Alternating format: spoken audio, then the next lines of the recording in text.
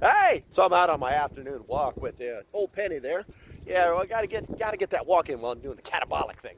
Anyway, so apparently something slipped past me, and I'm gonna show it to you here in a second. I want to thank Brad for bringing it to my attention. That's right, it's cold. It's supposed to be like getting warm now, but for some reason that global warming is kicking our ass. All right, guys. So I'm gonna go show this video to you. It's not gonna be good, and yeah, enjoy it. Oh yeah, and if you like what I'm doing, don't forget to hit that like, subscribe, follow button, all that good stuff. All right, here we go. So the drama in the banking sector, the collapse of Silicon Valley Bank, has a lot of Americans concerned about how to protect their money.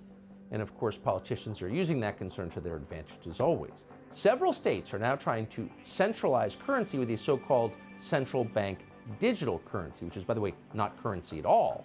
It's software. But they're going to do it for your own good. Obviously, this is a tool of total social control. If they control your money, if they can zero out your bank account with a keystroke, then you have no autonomy. They control you. Well, in the state of South Dakota, legislators just passed a bill that would have changed the definition of money to exclude cryptocurrency, and that would put the state on a path to centralized digital currency. South Dakota's governor, Kristi Noem, the only governor we're aware of who's paying attention to this, vetoed that bill.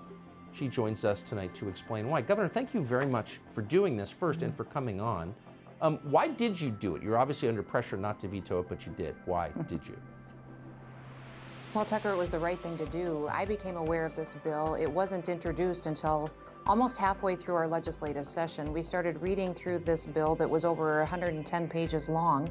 It was sold as an update to the guidelines of the Universal Commercial Code, backed by all of our financial institutions, our banks. As we started reading through it, we saw the section of the bill that changed the definition of currency. And essentially what it did was pave the way for a government-led CBDC, and it also banned any other form of cryptocurrency or Bitcoin or digital currency that existed. So for me, it very clearly was a threat to our freedom. In South Dakota, we are the session that completes its business earliest in the year. We are the first ones to really look at this bill and find out the truth of what's in it.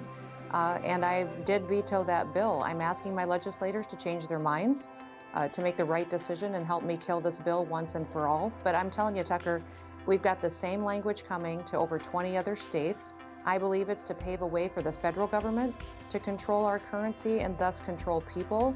It should be alarming to everyone, and it's being sold as a UCC guidelines update. There's no rush to do this. We need to be smart and make sure that we're doing what we can to protect people. I find it ironic that we also are having this discussion at the same time we have banks and credit card companies talking about coding gun and ammunition in a separate code so they can track it. So not only can they tie these two issues together, if the government doesn't approve of what you're purchasing, if they have the only form of digital currency out there and that is endorsed and utilized in the country, they can control how you spend that money and thus take away all your freedom. It's so nicely put, and I don't think you're overstating at all the significance of this.